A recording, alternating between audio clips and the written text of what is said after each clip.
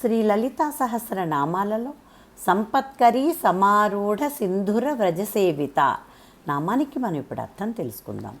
సంపత్కరి అనేది ఒక దేవత పేరు. ఆమె అద్భుతమైన వైభవం కలది.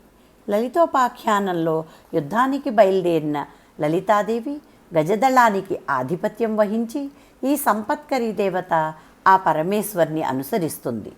లలితాదేవి యొక్క గజాంకుశమనే అస్త్రం నుంచి పుట్టిన శక్తియే సంపత్కరీ దేవత.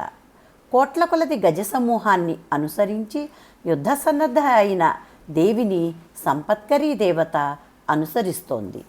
సుఖ సంపదలతో కూడిన భోగ సంబంధమైన మనోవ్యాపారమే సంపత్కరి. మనస్సునకు శబ్దాది విషయాలు సేవ్య పదార్థాలు. ఇంద్రియాలనే గజ సమూహం యథేచ్ఛగా సంచరిస్తే అసుర సంపదపై సాగించే యుద్ధంలో విజయం కష్టసాధ్యం. అందువల్ల సంపత్కరీ దేవత ఆ ఇంద్రియ గజ సమూహాలను అంకుశంతో అదుపు చేస్తూ సవ్యమైన మార్గంలో నడిపిస్తుంది. ఆత్మచైతన్యం గల యోగుల చిత్తవృత్తి ఈ విధంగా ఉంటుంది. వారి మనసు అంతర్ముఖమై మాయను అధిగమిస్తుంది. బాహ్య సాధనలో యుద్ధానికి గజదళం అవసరమైనట్లే, ఆ గజదళానికి ఆధిపత్యం ముఖ్యమైనట్లే, అంతర్సాధనలో కూడా ఇంద్రియ గజ సమూహానికి జ్ఞానస్వరూప సంపత్కరి చిత్తవృత్తి అవసరమని ఈ నామం హెచ్చరిస్తోంది.